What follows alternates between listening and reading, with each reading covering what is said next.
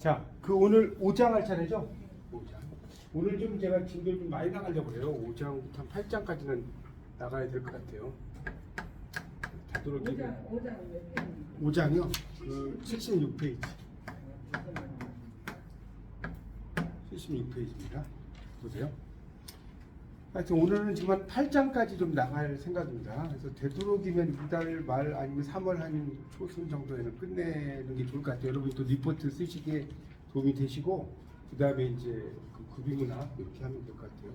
그 두 개의 선택을 하신 거죠, 여기. 네, 이렇게. 이거는 이제 리포트 쓰는 과목인데 제가 말씀드렸지만 시험에 대한 부담감은 없으니까 되게 발이 되게 어렵다 이렇게 생각하지 마시고 그냥 하시면 될 것 같습니다. 그래서 거기 이제 그 5장이 지금 뭐냐면 5장이 태고와 관련된 태고와 재배치 맞죠? 태고와 재배치. 태고가 뭔지는 이제 뒤에 나오니까 뒤에 가서 다시 설명을 좀 드릴게요. 태고와 재배치인데 자 거기 보면 이제 진달래꽃이라고 하는 게 나올 거예요. 곤옥과 매옥이라고 하는 부분을 보십시오. 거기에 이제 보면 진달래꽃이 나오죠. 진달래꽃 뭐 모르시는 분 없죠? 1922년에 개벽에 발표했고 76쪽 보고 있어요. 25년에 이제 묶였는데 여러분 보세요. 이게 재밌는 게 진달래꽃이 김소월이 그냥 한 방에 쓴 것 같죠. 김소월이 진달래꽃을 나보기가 역겨워 가실 때는 막 이렇게 쓴 게 아니에요. 이게 원래는 뭐 영변에 뭐 예를 들어서 영변 약산 진달래꽃 뭐 이렇잖아요. 그리고 뭐 원래 책에는 영변의 약산이 아니고 영변의 약산의 뭐 진달래꽃 이런 식이었어요. 이런 식으로 이런 게 없어지고 뭐 죽어도 아니 눈물 흘려오리다 같은 경우도 죽어도 뭐 아니 이렇게 하면 여기에 막 콧말 막 찍어놔요. 막 이런 식으로 원래 그 책에선 이런 게 다 빠진 겁니다. 이해가세요? 이게 태고예요. 그러니까 우리가 태고가 그냥 뭐 하루아침에 된 게 아니고 더 재밌는 것은 서정주의 국화협회에서요. 이건 아무것도 아니에요. 이 서정주 시인의 국화협회에서 뭐 모르면 간첩을 국문과 다니면서 근데 이 국화협회에서의 마지막 연 있죠. 마지막 연이 뭐죠? 혹시 외우시나요? 아니 마지막 그거는 이제 제일 앞부분이잖아요. 이제는 앞부분 중간 이제는 돌아와 거울 앞에서 내 누님같이 생긴 꽃이요? 이렇게 나오지 않나요? 노란 이 정도 외우셔야 되는데 국문과 다니시면 내 꽃님이 필요 없고 간밤에 문학은요 여러분 외우는 게 장땡이에요. 맞죠? 이걸 뭐 책 보고 이야기하겠어요? 저리 내리고 여기는 저는 그래서 문학을 정말 잘한 것 같아요. 이제 단순 무식한 것만 잘하고 잔도 뭐지 가난이나 이거죠. 맞나요? 하여튼 있다고 쳐요. 이거예요. 그러니까 이게 이 마지막 연을 쓰려고요. 이 서정주 시인이 몇 년 걸렸냐면 1년 걸렸어요. 우리가 서정주 시인이면 이야 대가잖아요. 여러분 그 서정주 문학관에 가면요. 이 서정주에 대해서 어떻게 물론 이제 뭐 친일 뭐 이런 이야기도 있어서 좀 그러긴 하지만 어떻게 표현한 줄 아세요? 서정주 시인에 대한 평가. 시의 정부라고 평가해요. 시의 정부. 그 정부 알죠? 가버먼트. 시의 정부 정도면 얼마나 대단한지 아시겠어요? 시의 정부라고 시의 정부. 이 정도로 시를 잘 쓴다는 거죠. 그래서 마지막 연을 1년 동안 못 써요. 서정주 시. 이거 진짜 제가 지어낸 이야기가 아니에요. 1년 동안 못 쓰다가 이제 갑자기 새벽에 이렇게 나와서 보니까 이런 새벽에 보면 무설이 막 내리잖아요. 그렇죠? 10월 말에서 11월 정확히 월은 모르겠는데 무설 내리지 않나요? 11월 정도에 참도 오지 않았나 보다. 이것을 이제 1년 있다가 쓰는 거예요. 마지막 연을 계속 어떻게 쓸까 생각하다가 여러분 이런 위대한 시인이 그냥 쓴 게 아니에요. 한 방에 쓴 게 아니에요. 물론 이제 200 같은 거는 아주 독특해서 막 그냥 한 캐 막 썼다고 하는데 시를 쓸 때 200은 그 두보가 걸잖아요. 이 두보가 200을 어떻게 평가하냐면 200은 술 한 말에 이 두보에 대해서 200을 이렇게 평가해요. 술 한 말에 시가 300편이 나옵니다. 좀 뻥이겠죠. 300편이 나오는데 주막에서 그냥 술 먹고 잠자는 거예요. 왕이 오라고 해도 안 와. 왕이 오라고 해도 안 가. 그리고 스스로 자신을 뭐라고 평한다? 주중선이라고 칭한다. 주중선이 뭔지 아세요? 주중선? 술독에 빠진 술에 취한 신선자 술독에 빠진 신선 그 주중선이라고 치는 이런 그 200에 대해서 두보라는 분이 좀 이렇게 평가를 하는데 어쨌든 200도 여러분이 그냥 뭐죠 한 끼에 쓰는 게 아니에요. 아시겠어요? 우리가 보면 이 사람들 그냥 200 뭐 그런 말 하잖아요. 이게 뭐 술 한 마리씩 300편 다 이거 뻥이에요 뻥. 이거 믿으시면 안 된다고. 이해가요? 뭐 보통 우리는 술 뭐 10말 먹어도 씨 한 줄도 안 나오는데 그죠? 자 하여튼 그래서 다시 보세요. 이게 이제 3년에 걸쳐서 퇴고를 했다고 나오죠. 자 76쪽입니다. 그러니까 여러분이 요 지금 제 5장은요. 제 5장은 정말 중요한 거예요. 여러분이 꼭 뭐 시험을 뭐 리포트를 떠나서 여러분도 시를 뭐 쓰실 거 아닙니까? 국문과 다니시면 시를 쓰실 거 아니에요? 그러면 시를 쓸 때 정말 중요한 거예요. 그러기 위해서 안 그러겠어요. 여러분 퇴고 안 하십니까? 여러분 시 쓰시는 여기 선생님 김영자 시인님 퇴고 많이 하시죠? 시인님이시잖아요. 시 쓰시잖아요. 퇴고 이렇게 막 하잖아요. 어쨌든 퇴고 안 할 수가 없다니까요. 나는 그냥 한 번에 그냥 끝난데 이런 분 계세요 혹시? 없습니다. 그래서 이제 보세요.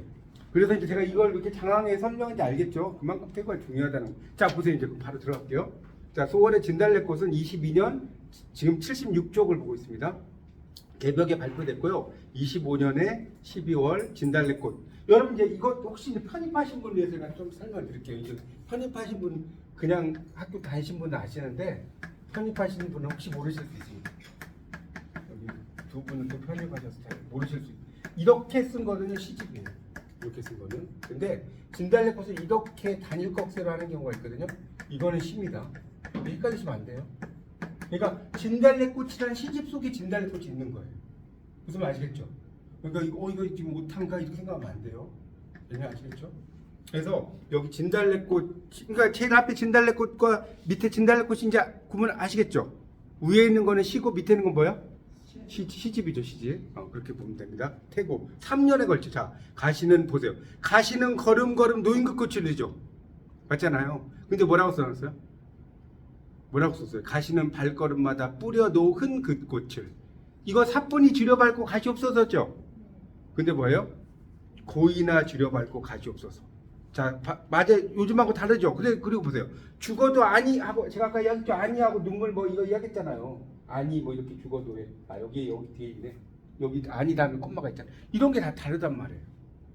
이런 게 달라요. 근데 이것도 재밌는 것은 이제 여기 책에는 안 나오는데 잠깐 이제 하여튼 여러분 이제 4학년이시니까 여담으로 말씀을 드리면 이게 김소월이 이 시를 썼잖아요. 근데 김소월의 스승이 누구였죠? 김억이죠. 우선 김억은 영문과 출신이에요. 영문학과. 김억이 좋아하는 시인이 뭐예요? 김억이 좋아하는 시 H 영국의 낭만주의가 현대 시인, 낭만주의를 지나서 현대 시인인데 이 김억이 영문학자라고요. H의 시를 이제 번역을 많이 했단 말이에요, 사람이. 근데 김억이 번역한 H의 시 중에 뭐가 있냐면 내게 하늘을 처음이에요. 이야기를 안 할 수가 없습니다. 확실히 그래서 오프라인에서 하니까 훨씬 제가 이야기를 막 많이 펼칠 수가 있네요. 확실히. 그래서 내게 하늘을 수놓는 천이 있다면이라는 이 시를 썼는데 이 시가 기가 막혀요. 여러분 혹시 이 시 들어보셨어요? 내게 하늘을 수놓는 천이 있다. 몰라요? 이게 이제 어떤 시냐면 이런 거예요. 예치가 하여튼 제가 책이 없어도 이해하세요. 이런 배경 지식이 중요하니까. 예치가 이제 시를 썼는데 이 시가 정말 뭐라 그럴까요? 좀 울먹일 시인데 이런 거예요. 한 남자가 여자를 사랑하는데 너무 돈이 없어요. 아무것도 없어. 그러니까 어떻게 쓰냐면 내가 그대를 정말 사랑을 하는데 내가 당신을 사랑하는데 뭐 사랑을 하면 뭐 다이아몬드 반지도 끼워주고 뭐 그래야 할 거 아니에요. 뭡니까? 구찌 막 뭐 백도 하나 사주고. 근데 이게 없어요. 그러니까 내가 정말 그대에게 가난해서 내가 그대에게 줄 게 없다는 거예요. 뭘 준다면 당신의 발 밑에다가 내 꿈을 깔아드리겠다. 그건 멋지죠? 누구의? 당신 발 밑에. 그러니까 내 꿈을 살포시 밟고 가십시오. 이게 그래서 이 영어를 보면은 트레드 소프트리란 말 나와요. 진짜로. 이 원문에 보면 저는 뭐 영문학 알겠죠? 트레드 소프트리가 나온다니까. 그러니까 여러분 이게 그 김수월의 진달래꽃이 김수월이 이 사람이 단독으로 썼다고 생각하죠. 전혀 아니에요. 그리고 우리가 생각할 때는 김수월의 진달래꽃은 이별의 정한이다 해서 가시리 뭐 서경별곡 이런 전통을 가잖아요. 맞죠? 맞잖아요. 가시는 걸음걸음 노인 그 꽃을 사뿐히 지려밟고 가시 없어서 이런 거 알잖아요. 그것도 있지만 더 정확한 거는 이 김억의 아니죠. 예이치의 내게 하늘 수놓는 천이 있다면 해서 아이들 얻은 거에 맞아 틀려요. 이거 보세요. 트레드 소프트리 밟아라 부드럽게 나오죠. 제가 이게 여러분이 안 믿기시면 제가 영상을 이제 보내드릴게요. 끝나고 나서 이게 진짜인지 안 믿는지. 그래서 트레드 소프트리가 나온다. 여러분 모르셨죠? 이게 그래서 예이치의 영향을 받은 시예요. 이건 이제 보통 학부에서는 이런 이야기 안 나와요. 여러분 그냥 하나 알려드리겠습니다. 다시. 자, 그래서 이제 다시 이렇게 했다 이런 이야기 했고요. 그 다음에 이제 엄마의 누나의 강변살자 이거 물어봤죠. 엄마의 누나의 강변살자 있잖아요. 이게 원래 보세요. 이거 재밌어요. 이게 아마 이거 뭐죠? 5장 하는데 한 50분 갈 것 같아요. 이 할 얘기가 많아서. 엄마의 누나야 원래는 뭐라고 놨어요? 여러분 보세요. 엄마의 누나야 강변살자가 아니라 뭐라고 놨어요? 발표 당시 강변애 살자. 자, 애가 무슨 조사? 네. 저속격 조사. 이제 이런 걸 말할 줄 아셔야 됩니다. 4학년인데 얘가 뭐지? 이러면 골치 아파요. 네? 4학년인데 초속격 조사가 뭐지? 이러면 아니시겠지만. 그래서 강변. 그러니까 예전에 그 영화 보니까 그래요. 엄마의 누나의 강변 살자 이러니까 어떤 애 그런 거예요. 너 강변 근처 땅값이 얼마나 비싼지 알아? 뭐 그러는데 하여튼 이 강변은 여기서 이상향을 말하는 거죠. 맞죠? 강변 살자라는 게. 그래서 이 초속격 조사 애가 태고화장에 생략됐다는 겁니다. 이런 거. 그 다음에 정지용에 의해서 추천된 청록파 조지훈 군은 밑에 나오죠. 조지훈 그러니까 이 조지훈 정지용의 추천에 의해서 청록파가 등단한 건 아시죠? 모르세요? 정지용이 청록파 시인을 등단시켜요. 그래서 조지훈 군은이라고 알겠죠? 이해 가십니까? 그 당시에 그 뭡니까? 정종보다 어릴 거 아니에요. 조지훈 군은 넘겨보세요. 이번 시는 다음 넘겨보세요. 지저분하니 기구만 많았지 전 것만 못하다거나 조지훈 군 당시의 시적 방황은 참담하다. 혹평을 들으면서 혹독한 습작을 거친 뒤에 뭐가 나와요? 승무가 나와요. 승무. 여러분 이 조지훈의 승무는요. 여긴 지금 안 나왔네. 이게 왜 안 나왔지? 승무는 너무나 멋진 시입니다. 여러분 승무라는 시 제일 처음에 어떻게 되죠? 하이하뇨? 얇은 사 하이양 국가를 고이 저거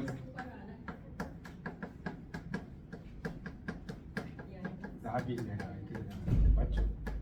하양 국가리 고이 접어갖고 나비 뭐 이런 거 모양이라는 거예요. 그래서 이제 막 나오잖아요. 사뿐이 들어올린 외시 보선이요. 이 승부에서 가장 하이라이트는 제가 볼 때 이거예요.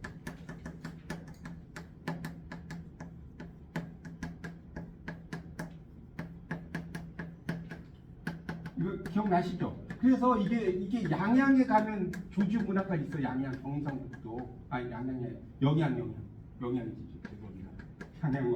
양양 강원도지. 영양에 가면 조지 문학관이 있어요. 제가 가봤거든요. 근데 조지 문학관이 한옥으로 지어졌는데 거기 딱 가면 정말 승무 이 음악이 쫙 나오면서 연주가 이렇게 되고 막 그러더라고. 승무가 하여튼 이렇게 나오거든요. 이게 조지훈의 시는 정말 기가 막혀요. 그래서 이제 조지훈의 시를 어떻게 이야기하냐면 선적 경기다. 참선할 선적은 선적 경지다. 이렇게 이걸 우리말로 쓰면 이상해서 제가 한자로 썼어요. 참선하다 이런 의미잖아요. 선적 경지. 이런 식으로 이제 조지훈에 대해서 이렇게 평가를 합니다. 이런 식으로 이야기해요. 이해가시죠? 하여튼 그래서 이 조지훈은 되게 불교적인 전통을 많이 가지고 있다라고 이해하시면 될 것 같습니다. 그렇죠? 그럼 다시. 그래서 자, 그 다음에 보세요. 이제 구상한 지 그 밑에 있습니다. 승무의 창작 과정 있죠. 그 밑에. 구상한 지 11달. 11달이니까 뭐예요? 11개월이죠? 집필한 지 7달 만에 이루어졌다는. 승무의 비밀은 끝났다. 여러분 승무가 그냥 나온 거 같죠? 이거 보세요, 거짓말인가? 보통 막 11개월 이런다니까요. 그래서 이름 모를 승려의 춤 이런 것을 가지고 이제 만들었다. 말하자면 이 춤은 내가 춘 승무에 지나지 않는다. 춤추는 승려는 남성이더랬는데 나는 이게 네 승이에요. 여러분 이건 아시죠? 남자 스님은 비구라고 하고 여자는 비구니라고 하는 거 아니죠? 비구니라고 하잖아요. 여성을 의미하는 거예요. 니가. 이해가시죠? 비구니라는 말 있잖아요. 비구니. 그래서 니승이니까 여자 스님이라는 뜻입니다. 니승이라는 말. 아시겠죠? 잘 모르겠으면 그렇게 써놓으세요. 그림의 여성은 장삼이 입은 속녀였으나 나는 생활과 예술이 둘 아닌 상징으로서의 탈숙한 여인을 꿈꿨던 것이다. 이렇게 나오죠. 그래서 이 승무라고 하는 것 자체에 대해서 이렇게 태고를 많이 해서 쓴 것이다 라는 의미로 이해하시면 되겠습니다. 밑에 있는 거는 그냥 넘어갈게요. 뭐 그런 정도의 이야기 정도 넘어가죠. 자, 78쪽에 가면 이제 구상의 시법, 구상무상이라는 78쪽에 한번 보십시오. 교재. 여기 이제 보면 구상의 시법, 시를 짓는 비법이라는 뜻입니다. 시법은 거기 이제 보면 사과를 그리다 보면 배가 되고, 거의 찾으셨죠? 78쪽입니다. 배를 그리다 보면 사과가 된다. 짓궂은 생각에서 사과를 그리려고 배를 그렸더니 뭐예요? 목과, 이게 이제 오이과자죠. 오이과자 모르시면 써도. 그러니까 목과니까 모가에 모가. 우리가 목과라는 게 이제 모가라고도 하잖아요. 그래서 외양, 겉모습이라는 뜻입니다. 한자 잘 모르시면 음을 쓰세요. 외양, 겉모습도 이렇듯 어긋나는데 사과와 배의 속살이나 그 맛은 어림도 없다. 그 언제나 사과가 사과로 그려지고 배가 배로 그려지고 그 사과와 배의 속살과 맛을 나타내 보일 수가 있을까? 나의 눈과 손에 신령한 힘이 깃들고 내려서 실제의 안팎을 그대로 그려낼 그날은 언제일까? 그래서 여기 보면 이제 아름다운 풍경 앞에서 말문이 막히는 경험을 한 뒤에 재현을 시도해 보지만 형상화된 작품에서 언어의 뼈만 만져지고 재현이라는 건 다시 드러난 이 재현을 영어로 뭐라고 하냐면요. 리프리젠테이션이라고요. 이것도 알았어요. 되게 많이 나오는 말이에요. 재현. 다시 나타난다는 거죠. 불가능한 장면 앞에서 비애, 슬픔인데 슬픔만 남게 되거나 비애를 언어하는 시도만이 허락될 때 뭐 어쩌고저쩌고 써놨죠. 그래서 이제 이 시라고 하는 것은 이제 겉보기에는 과일을 의미하는 것 같지만 그게 아니라 어떤 시를 짓는 방법, 시법이라는 말은 시를 짓는 방법이라는 뜻입니다. 아시겠죠?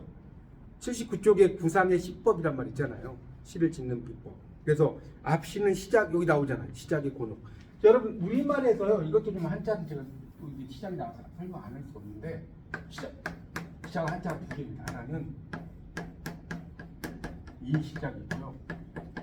또 하나는 이 시작이 있어요. 어떤 차이가 나냐면 이 시작은 비기닝이에요. 비기닝. 요이 땅 하는 비기닝. 이해가세요? 요이 땅 하는 비기닝 있잖아요. 근데 이 시작은 뭐예요? 시쓰기. 그래서 여러분 이제 시창작론에서 시작이 나오면 이거겠어요. 네? 이거겠죠, 당연히. 아시겠죠? 시작이라고 시창작론에 나오는 건 전부 다 이겁니다. 위에 있는 시작한다는 뜻이 아니에요. 그래서 여러분 이제 국문학을 공부하려면 한문을 조금 아시면 좋아요. 이해가 쉬워요. 그런 표현들에 대한. 자, 그래서 다시 보세요. 그러니까 시작의 곤혹이 제가 왜 이거 쓴지 알겠죠? 시작의 곤혹, 시를 짓는 것에 매혹, 시편이 형성되어가는 과정의 심상태. 그래서 1년에서는 의도했던 대상을 그리려 하나 뜻밖의 다른 대상이 그려지는 글쓰기에 곤혹이 있다. 곤혹이 성동격서라는 게 여러분 성동격서가 뭔지 아세요? 동쪽에서 소리를 내고 서쪽을 친다는 거예요. 그게 성동격. 이거 뭐 삼국지나 이런 데 보면 많이 나오는 말인데 동쪽에 소리 내니까 동쪽이 올 것 같아. 근데 서쪽에서 치는 거. 성동격서 같은 기교를 부려보나 재현을 지는 이연에서 엉뚱한 결과로 실패를 맛본다. 여기 나오죠. 그러니까 배를 그렸더니 모가가 되었다고 했으니까. 그 다음에 이제 보세요. 3년 사이는 왜곡이라는 것은요. 왜곡. 여러분 곡자가 이렇게 쓰는 거 알죠? 곡. 여러분 왜곡 좀 알아주세요. 일본이 역사 교과서를 왜곡했다 이런 말 쓰잖아요. 여러분 외자 한자로 어떻게 쓸 줄 아세요? 외자 한자로 어떻게 쓰죠? 왜곡할 때. 이거 한자 되게 쉬워요. 알려드릴게요. 안 입을 자에 바르지 문자 이게 외자예요. 바르지 않은 문자는 바르지. 그래서 왜요? 재밌지 않나요? 일본이 뭐 역사 교과서 왜곡했다. 왜곡은 아는데 한자 이 국은 아마 쓸 거예요. 대부분 구불곡자니까 이건 쓸 줄 아는데 이 외자를 쓰려면 잘 몰라요. 그러니까 바르지 않은 거다. 아시겠죠? 하나 배우세요. 그래서 이 왜곡에 대한 절망, 또 동시에 절망으로부터 시작되는 질문이 있다. 그렇죠? 여기 보면 3년에 외양도 이렇듯 어긋나는데 사과와 배의 속살이나 맛은 어림도 없다 하면서 이제 그 질문이 있죠. 대상을 대상 자체로 그릴 수 있을까? 절망은 질문을 위한 모태. 모태는 이 모태라는 게 모티브예요. 모티브, 동기. 모티브란 말 들어보셨죠? 여러분 이제 그 구빅문학개론에서 제가 이야기해드리겠지만 구빅문학개론에서는 모티브를 뭐라고 할까요? 네, 화소. 누가 말씀하셨나요? 화소. 네, 됐습니다. 화소는 뭐냐?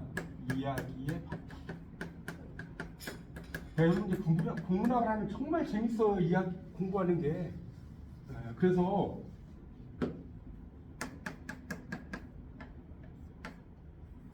적각 모티브라고 하는 게 있잖아요. 적각 모티브.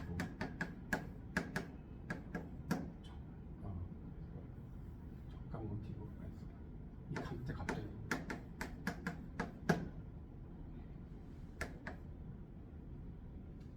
갑자기 생각이 안 나. 이렇게 쓰는 데. 이 적각 모티브거든요. 그러니까 신선이 인간 세상 내려온다는 거예요. 적각이라는 게. 신선이 인간 세상 내려온 건데 그럴 때 이걸 쓰는 거예요. 그러니까 우리가 선녀와 나무꾼이 무슨 모티브겠어요? 선녀와 나무꾼. 적각 모티브예요. 맞죠? 꼭 이 신선이라고 해서 신선만 의미하는 건 아니에요. 선녀도 신선이잖아요. 적각 모티브. 그러니까 유배를 간 사람들이 다 쓰는 표현들이 전부 다 뭐예요? 적각 모티브. 이해가십니까? 그 우리가 정철의 삼위인곡 같은 데도 마찬가지잖아요. 글자 한자 잘못 읽어가지고 인간상 내려오는 거예요. 그걸 이제 나 원래 하늘나라 신선이었는데 글자 한자 잘못 읽어가지고 님이라는 글자에 저만 안 찍고 남이 되는 것처럼 글자 한자 잘못 읽어서 내려왔다. 이 모티브가 되는 겁니다. 자, 다시.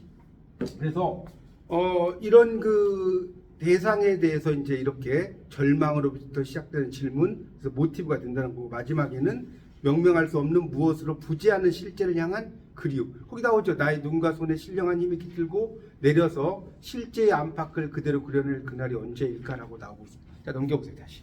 그래서 저기 이제 두 번째 줄입니다. 실제 안팎을 그대로 그려낼 날에 대한 그리움을 뭡니까 생성하는 힘이 된다는 거. 그러니까 절망이라고 하는 것이 뭡니까 실제의 안팎을 그려낼 날에 대한 힘이 된다. 여러분 인생이라는 것도 그렇지 않습니까? 인생의 여러분 N법칙이라는 걸 들어보셨어요? 인생 N법칙 처음 들어봐요. N법칙이 뭐냐면 어떤 사람이 막 잘 올라가요. 그러다가 갑자기 쭉 내려가. 그러다가 갑자기 쭉 올라가. 이 대표적인 그 개그맨 김국진이에요. 김국진 모르시면 없죠. 이분이 막 엄청나게 막 인기를 많이 끌었어요. 그러다가 갑자기 막 회의가 들어가지고 몇 년 동안 막 방송도 안 나오고 막 그랬거든요. 사업도 막 하다 말고 막 그러다가 또 갑자기 이렇게 막 이렇게 올라갔죠. 강수지랑 결혼도 하고 그랬잖아요. 근데 이런 것이 이제 우리가 그 N법칙과 같습니다. 그러니까 인생에서 그 뭡니까 인생은 업앤다운이 있어요. 이건 위아래. 근데 업앤다운스는 뭐냐면 업앤다운스하고 업앤다운의 차이가 뭔지 아세요? 차이죠. 예스가 붙고 안 붙고 말고. 이거는 위아래라는 뜻이고 이건 뭐예요? 이거 인생이 올라갔다 내려갔다 이거 뭐라고 그러죠? 롤러코스터. 아니 좀 더 있어 보이는 말로. 태옹지마라고 하죠. 태옹지마 또 있어 보이는 말로. 네? 이거 한자 읽을 줄 아시겠죠? 이게 부침이에요, 부침. 처음 들어봐요? 글자 안 보이나요? 부침. 뜰 부자에 가라앉을 침자. 그러니까 우리가 어떤 사람 이야기할 때 그 사람은 인생에 부침이 있어 이런 말 많이 써요. 이게 막 전부치는 게 아니고 그 올라갔다 내려갔다 오르막과 내리막. 그러니까 업스 앤 다운스는 오르막과 내리막 인생의 세옹지마고 업 앤 다운은 위아래. 재밌잖아요? 이거 알면. 업 앤 다운은 위아래고 위아래 있잖아요. 위아래 업 앤 다운. 근데 업스 앤 다운스는 뭐라고요? 세옹지마. 인생사 세옹지마. 세옹지마의 뜻은 다 아실 거고. 이 N법칙이 있잖아요. 그러니까 올라갔다 내려갔다 그걸 이야기하는 겁니다. 그러니까 결국 여러분이 정말 돈을 많이 벌고 사업하는 사람들 봐보세요. 계속해서 올라가는 게 아니죠. 맞잖아요. 사업 막 하여튼 유명해진 사람들 보면 정말 올라갔다가 쫄딱 망했다가 그런 사람 많지 않나요?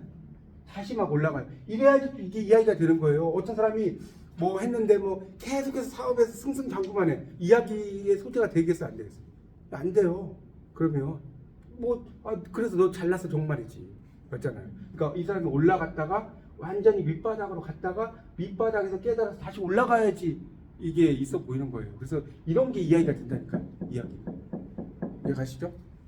하여튼 그래서 그러니까 이런 거예요. 그러니까 실패의 과정이 시작의 운명이다. 멋있는 말이죠. 정말 그러니까 오늘 할 이야기 너무 많네.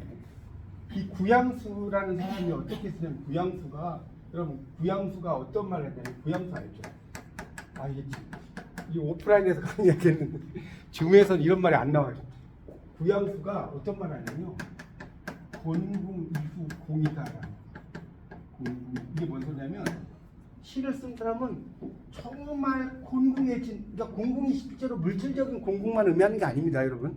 마음적인 공궁도 공궁이에요. 그 이후에 이때 이제 공을 이렇게 써서 이때 공은 뭐냐면 기교이다. 기교. 정말 시를 잘 쓰려면 내가 힘든 상황을 겪고 나서 그 이후에 뭐가 돼요? 시가 잘 써진다. 멋지지 않습니까? 자, 허균이 이런 말 했는데, 여러분 고소설론가 작가의 허균이 뭐에 도움이란 말 썼죠? 다 까먹었죠.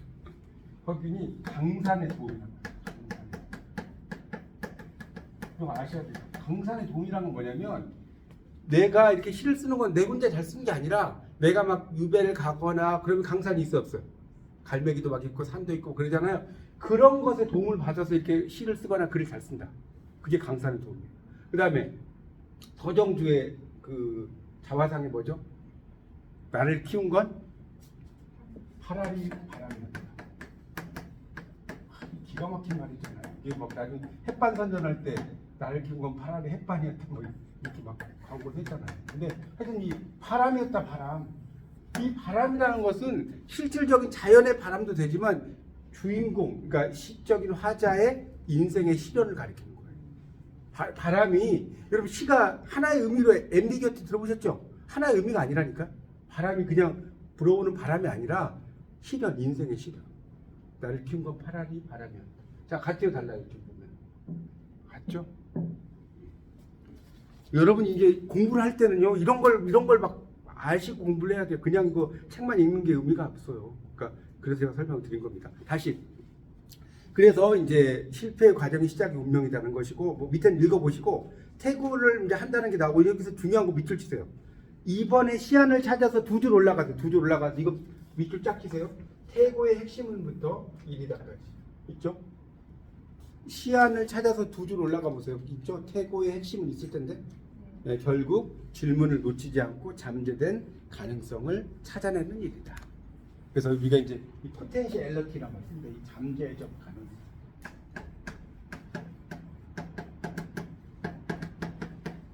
포텐셜리티.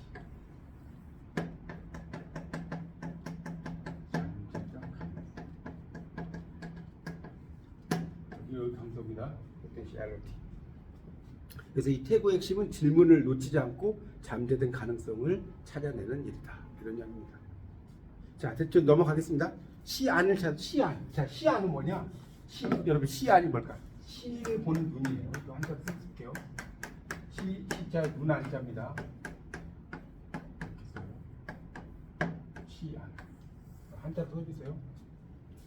시안. 시를 보는 눈. 그게 시안이에요. 시를 보는 눈. 자, 그렇게 이해하시면 됩니다. 그래서 자, 되셨나요? 자, 한 글자가 이제 바뀜으로써 뉘앙스의 차이인데 이게 이제 뭐가 나오냐면 당나라의 신 가도 사람 이름입니다. 가도가 에게 불현듯 시상이 떠올라. 시상이 뭔지 알겠죠? 시를 쓰는 착상. 이건 뭐 여러분 뭐예요? 시 노래 다 배우셨잖아요.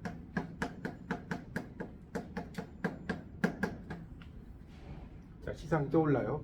자, 길을 멈추고 시상을 글로 옮겨요. 새는 연못가에 나무에 잠들고 거기 조숙 지변수라고 나와요. 조숙 지변수. 자, 이건 좀 보세요. 조숙지는 뭐 한자까지 쓸 필요 없는데 그냥 설명드릴게요. 조는 새의 새. 숙은 이게 잠잘 숙자예요. 숙박할 때. 근데 지변이니까 뭐예요? 이 지라고 하는 것이 연못할 때 지자예요. 변은 가변자. 그다음에 수는 뭐예요? 나무 숫자. 그러니까 연못가에 나무에서 잠들고 해석되죠? 나무에 잠들고 그다음 뭐예요?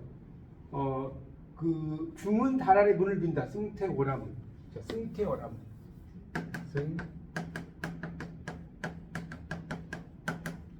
이게 밀태자입니다. 이 글자가 밀태자. 밀태자. 그러니까 스님이 민다는 거예요. 달 아래 문을 민다. 해석돼요? 민다고요. 민다. 자, 이렇게 썼어요. 그래서 이제 이 글자가 마음에 걸려요. 민다보다는 두드린다. 이게 두드릴 고자거든요. 옆에 있는 게 어떻게 심취하는지. 경조윤, 그러니까 수도의 시장이에요. 한유도 당성 8대 갑니다. 한유 되게 유명한 사람이죠. 행차를 막아서 줄도 모르고 태와 고 사이에 결정을 짓지 못한 채 한참을 망설이고 있어요. 자, 오른쪽 보세요. 한유는 당장 내쫓아 마땅하지만 가도를 불러 사정을 물어요. 그러니까 요즘 말로 하면 서울시장에 가는데 그냥 일반 시민이 그 앞을 가로막고 있는 거예요. 무슨 말 이해가세요? 버스 타고 있는데 자가용을 가로막고 있는 거죠. 그래서 어떤 게 좋은지 물어보는 거예요. 태가 좋겠습니까? 고가 좋겠습니까? 대문장가였던 한유에게도 쉬운 문제가 아니죠. 국리 끝에 한유는 뭐라 그래요? 두드린다가 낫겠다. 그래서 태고가 여기서 나온 거예요. 이해가십니까? 태는 가도의 시에서 나온 거고 가도. 자, 고는 뭐예요? 한유의 말이에요. 한유가 고라고 써. 태고가 여기서 나온 거라고. 영어로 말하면 태고를 영어로 여러분 뭐라고 하는지 아시죠? 리비전이라고. 리비전. 수정하는 거. 리비전이란 말도 알아주세요. 태고 리비전이라고 하는 거예요. 영어로 고치는 거. 그래서 자 오른쪽에 81쪽을 볼까요? 81쪽. 자, 거기 이제 원래 원문이 나옵니다. 시에 가까운데 이웃이저가 한가로운데 한거인 이렇게 인이의 인. 여기 이제 인이의 아울러 병자 소자죠. 인병소입니다. 병소. 이 병자가 아울러 병자예요. 아울러 병자. 설립자 두 개 있는 거. 이웃 닌자고. 그다음에 초경이에요. 이 길경자입니다. 길경자. 초경. 그다음에 입 이렇게 나왔죠. 그다음에 이게 그 황량할 황자예요. 그다음에 동산 원자. 황원이에요. 이해가십니까? 초경 입 황원이라고요. 그래서 풀숲의 황량한 들판으로 들어가네. 새들은 연못과 나무에서 잠들고 스님이 달빛 아래 문을 두드리네. 자, 잘 보세요. 이게 왜 고를 썼느냐 이걸 좀 설명을 좀 해야 할 것 같은데, 여러분은 이게 이제 고를 썼잖아요. 두드릴 고자. 두드릴 고자를 이렇게 썼습니다. 여러분이면 이 태자하고 고자 중에 어떤 게 좋을 것 같아요?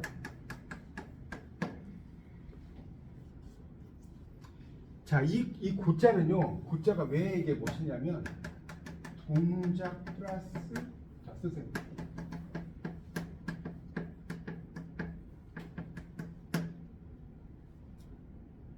자, 소리의 반향이라고 해요. 에코. 자, 그러니까 그 다음 사건 유추.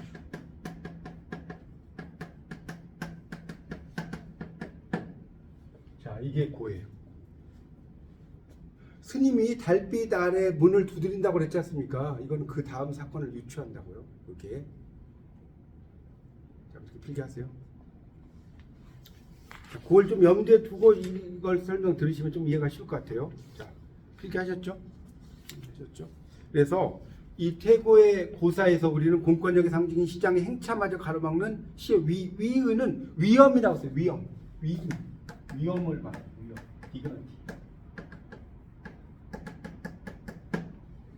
위험을 엿봐요. 그래서 관료로서 성공가들을 걷고 있는 한유와 가난한 시인 가도가 대조되고 또 이제 적유하기 이를 데 없는 시에 대요. 이 적유라는 거는 고요하다는 뜻이에요. 고요하다. 적유가 어려우면 고요하다라고 써요. 시가 되게 고요하잖아요. 그 다음에 번다했을 시장 행차. 시장 시인으로서 한유는 시에만 몰입한 나머지 질서를 망각한 가도가 부러웠을지도 모른다. 곤장 맞을지도 모를 위험에 서 있던 시인의 비현실적인 모습, 한가로운 시적 풍경 이런 걸 생각을 했다는 거예요. 그래서 이제 고를 썼는데 좀 내려가다 보면, 자, 고의 선택은 필연이다. 거기 나오죠. 밑에서 셋째 줄을 밑줄 좀 치세요. 고의 선택은 우연이 아닌 필연이다 있죠. 태라고 하면 고요한 밤 풍경이 그저 그냥 고요하게 마무리되죠. 민다는 거니까. 근데 고라고 하면 시적 공간에 일어날 것 같다. 자, 문을 민다고 하면 자 넘겨보세요. 곧장 집 안으로 들어가겠죠. 맞나요? 문을 미니까 긴장이 두드리면 밤의 정막을 깨우는 소리를 따라서 일어날 기자죠. 한가로움에 아연 생기가 감들고 승의 황량함에 물기가 생기고 전에 잠에 번뜩 눈을 뜨고 깃을 터는 활기가 일어난다. 그러니까 상당히 동적인 공간이 된다. 이런 이야기. 그래서 이걸 하나를 통해서 활용점정. 그럼 활용점정이 뭔지 알죠? 이게 뭐냐면 용을 그리고 눈을 찍는다는 거예요. 활용점정. 용을 그리고 뭘 찍는다고 눈을 찍는. 이게 활용점. 이것도 이제 중국의 이야기들이 좀 과장된 이야기가 되게 많은데 어떤 이야기냐면 어떤 그 중국의 사람이 그림을 너무나 잘 그린 사람이 있었어요. 근데 용을 그린 거예요. 용을 어떻게 그려야지? 용을 막 그렸어요. 이렇게 모양을 이렇게 딱 그렸는데 눈을 안 그린 거예요. 이 벽에다가 용을 그렸는데 이해 가세요? 눈을 안 그렸어. 근데 나중에 이 눈을 딱 그리니까 어떻게 됐어요? 용이 하늘로 승천해 버렸어요. 그게 활용점정. 이해 가세요? 활용점정이니까 일을 마무리를 잘한다 이 말이에요. 일본 말로 시마이 한다고 시마이. 딱 마무리하는 거. 이걸 활용점정이라고 하는 거예요. 그래서 시의 심장이라는 겁니다. 그래서 이제 그 밑에 보세요. 시 전체 내용에 의거해야 된다. 여기 시 안의 원리. 한 글자를 선택해서도 공명을 중시하고. 그러니까 울리는 거예요. 공명이랑 울림이라고 써놓으세요. 공명이 좀 어려우면 여기서 공명은 부기공명 이런 뜻이 아니에요. 한 단어를 짜 넣음에 있어서도 시 전체의 범위. 그러니까 이걸 뭐냐면 부분과 전체의 유기적 구조라고 써놓으세요. 이게 부분과 전체의 유기적 구조라는 말을 쓰는 겁니다. 그리고 시정에서 사용하는 말을 시 속에서 용해시켜 넣을 때 정밀하게 선택한다는 거고요. 상투적인 말 쓰면 안 된다. 뻔한 말. 한 글자의 선택에 조언을 줄 수 있는 일자사. 이 일자사 네모처럼 일자사라는 말이 좀 어려워요. 구에서 도움을 받아. 일자사가 뭐냐? 일자사는 좀 필기를 하셔야 할 것 같은데 한 글자를 바로 잡아주는 스승. 써야 되나? 한 글자를 바로 잡아주는 스승을 일자사. 여기 누가 일자사예요? 네? 한우가 일자사죠. 맞아요, 틀려요. 지금 태로 쓸까요? 가두가 태로 쓸까요? 고로 쓸까요? 물어봤잖아요. 누가 이야기했어요? 네? 한유가 고라고 쓰라고 그랬잖아요. 그러니까 한유가 일자사가 되는 거예요. 또는 말 어렵지 않죠? 한유가 일자사라고요. 그러니까 또는 뭐 스승이 아니면 스승 같은 친구도 돼요. 스승 같은 친구. 이제 이거는 첫 번째 뜻이고 그 글자 그대로 뜻이고 또는 스승 같은 친구도 일자사라고 할 수 있습니다. 스승 같은 친구. 자, 그렇게 이해하시면 되겠습니다. 자, 여기까지 해석되시죠? 그래서 1, 2는 시의 부분과 전체를 유기적이란 말 뭐냐면 유기적. 지금 여기 5장에 할 말이 너무 많네. 유기적이란 것은 긴밀하게 연결된. 자, 유기적 써놓으세요. 긴밀하게 연결된. 이걸 유기적이라고 해요. 그러니까 우리가 올게닉 하자고, 올게닉. 여러분 뭐죠? 매장 중에 지금 있는 게 올가라는 매장이 있어요. 혹시 아세요? 매장 중에 올가가 뭐냐면 올게닉 푸드예요. 원래 올게닉 푸드인데 이 다 쓰려면 그러니까 귀찮잖아요. 다 빼버린 거예요. 올가. 그래서 올가가 여기서 나온 거예요. 유기농이 올가라는 게 거기서 나온 진짜로 올게닉. 하여튼 긴밀하게 연결된 그런 구조라는 겁니다. 그래서 시가 자기적인 억지 춘향이 되는 것은 요구를 충족하지 않는다는 거예요. 그러니까 좋은 구절도 어색하면 빼라 이거예요. 뭔 말인지 알겠죠? 그래서 잘 알려진 이영기 낙화에서 시인은 보세요. 섭섭한 헤어짐의 뜻을 살려 매별, 이거는 매별이라 매자가 혹시 무슨 매자인지 아시는 거예요? 매별. 이게 그 소매를 나타내는 소매 알죠? 이 소매 매자예요. 소매를 우리가 뭡니까 이별하거나 이러면 소매 붙잡잖아요. 그렇지 않나요? 뭐 수일씨 뭐 해가지고 이수일과 심순애 나오지만 이 매별이 소매를 붙잡고 막 헤어지는 거예요.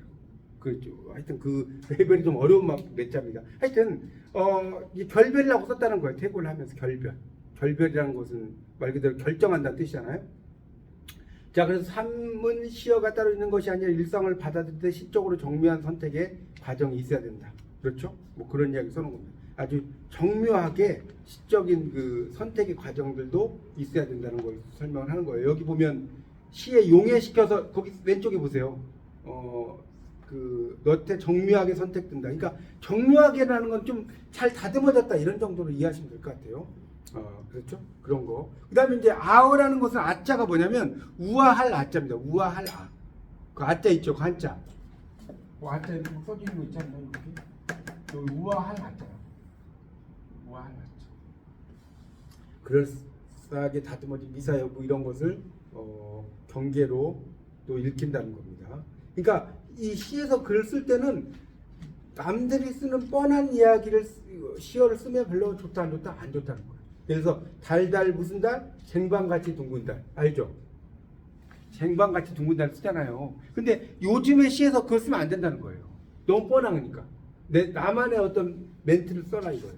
자, 사에서 경계한 상투성은 습작기 합평을 해서 듣는 말인데 고루한 관습적 반복에 순종하고 있는 것이다. 이러냐. 그러니까 관습적으로 쓰는 것을 쓰지 말라는 거예요. 쉽게 말하면. 그러냐. 이거 좀 내려가다 보면 서정제 기촉도 나와요. 기촉도. 이것도 또 설명을 할 게 많아지는데 여러분 기촉도가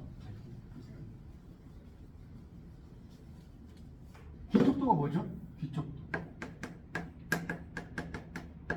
기촉도가 기촉도 불력이 망제혼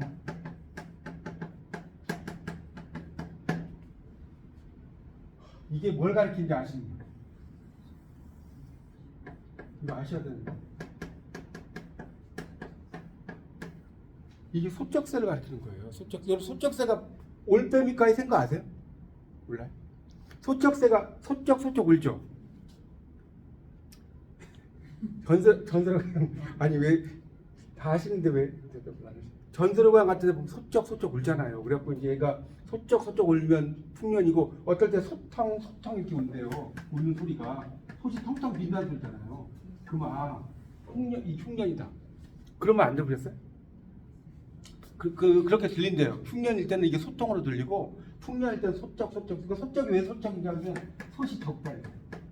소적. 말돼요? 네, 솥이 적어. 밥이 너무나 할 게 많으니까. 그렇게 들린다. 말되죠? 하여튼 이게 소적세가 이별의 정원. 이거 제 시간에 끝낸다 했더니 하려는 게 너무 많아요. 이건 이야기를 안 할 수가 없어서 이별의 정원을 의미하는 게 소적세인데 왜 이 기촉도 불력이 망제혼이라고 쓰냐면 이 기촉도라는 것은 총나라로 돌아가는 길이에요.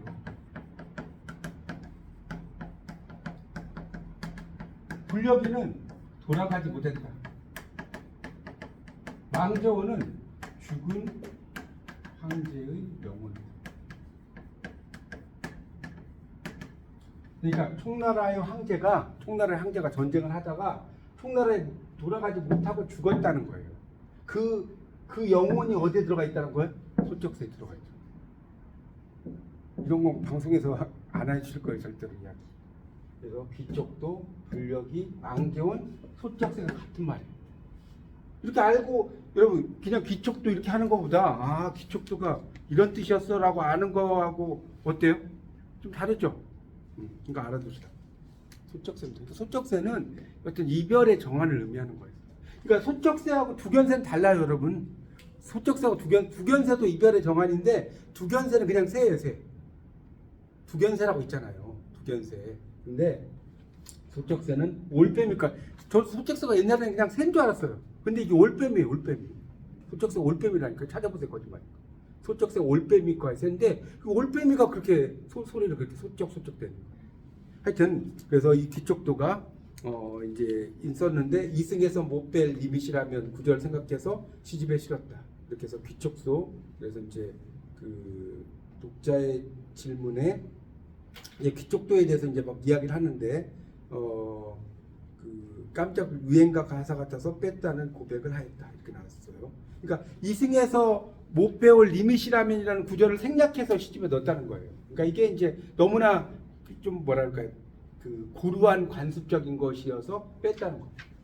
그런 이야기로 이해하시면 될 것 같습니다. 자, 넘겨보세요. 자, 넘겨서 그 다음에 이제 감상성이 나오죠. 감상하는 거죠, 말 그대로. 근데 여기서 이제 또 그로테스크 영어가 막 나오네. 그리고 그로테스크가 뭔지 아세요? 네? 뭐라고요? 보세요. 그래서 영어를 잘하면 좋아야 보여. 되게 유리하다니까. 영어를 잘하면 반은 끝난 거예요, 문학 공부는. 이 그로테스크는 기괴한이라는 뜻인데, 그래서 이제 우리가 그 소설 중에 그로테스크 노블이 있어요. 그로테스크 노블. 이게 뭔지 아세요? 그로테스크 노블. 프랑켄슈타인 들어보셨어요? 프랑켄슈타인이 바로 그로테스크 노블이에요. 영화에 나왔는데, 이게 뭐냐면 자기가 만든 괴물하고 싸우는 이야기예요. 자기가 만든 또 하나의 괴물과 싸우는 이야기가 프랑켄슈타인인데 아주 기괴한 소설이죠. 그래서 그로테스크하다는 거. 그러니까 기괴한 이미지를 선보이는 것 같다. 이런 뜻입니다.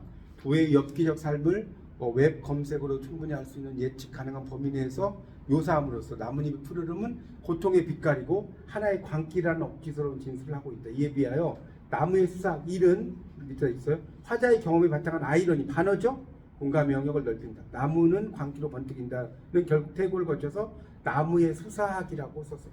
자, 여러분, 수사학이라는 말이 뭘까요? 수사학 뜻이 수사학. 제가 이제 대학원 다닐 때 이 수사학이란 과목을 한 학기를 배웠어요. 수사학을 이제 수사학을 이제 뭡니까 이렇게 그 인터넷 검색을 하자는 자료 찾으려고. 그러니까 얘가 잘 모르더라고요. 어떤 범죄를 찾으시나요? 뭐 이렇게 써놨어요. 뭐 답을. 근데 이 수사학은 뭐냐면 쉽게 말하면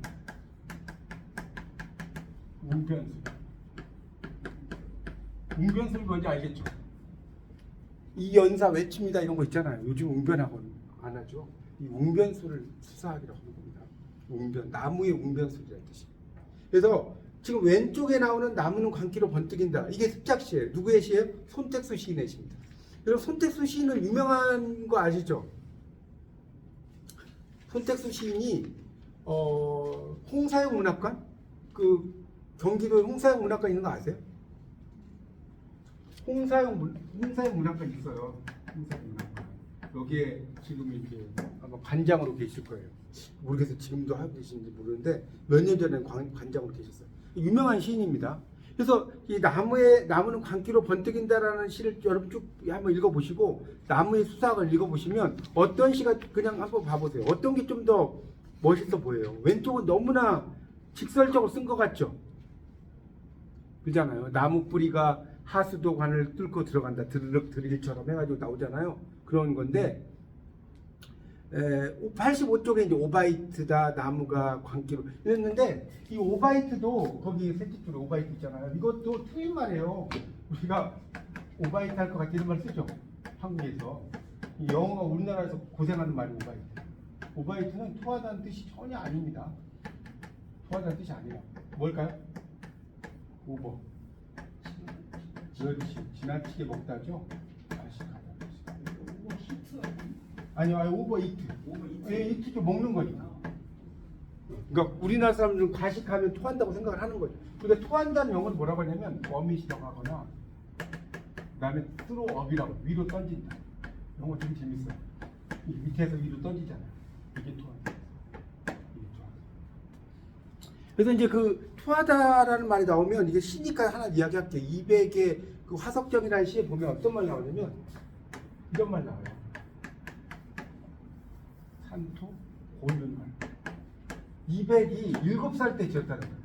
난 진짜 200 정말 200이래. 이율곡 약간 200 이율곡이 7살 때 지었대요. 이게 믿어져요? 산토 고유는 강한 말리품이다.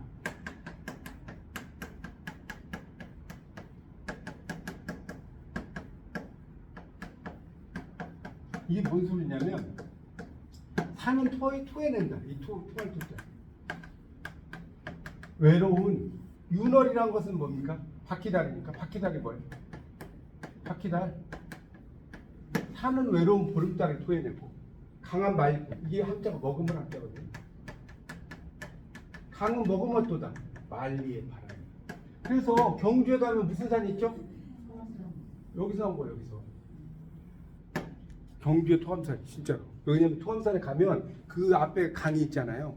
그러니까 머금었어. 그 위로 가면 산이 있어요. 산에 그 위에 불국산 석굴암이죠. 석굴암 맞죠? 이 토가 나오죠. 그래서 이제 이 토하다는 의미인데 기가 막히죠. 이 200이 7살 때 지었다니까.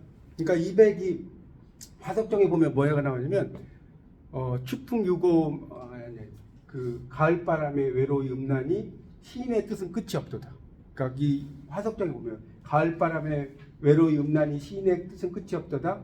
그 다음에 그 멀리 있는 그 물은 하늘을 향해서 뭐 푸르고 뭐 이렇게 하다가 이렇게 쓰는 거예요. 이 산은 외로운 보름달 토해내고 강은 만리의 바람을 머금었도다. 변방의 기러기가 어디로 가는가. 그 소리가 저무는 구름 속으로 사라지는구나. 7살 때 여러분 대단하죠. 옛날 우리 70살도 이거 웃을 것 같은데. 그렇죠? 하여튼 그 나무의 수상하기 이제 훨씬 더 멋있는 걸로 쓰여진 시가 되겠습니다. 예, 좀 쉬었다가 하죠. 이게 지금 오늘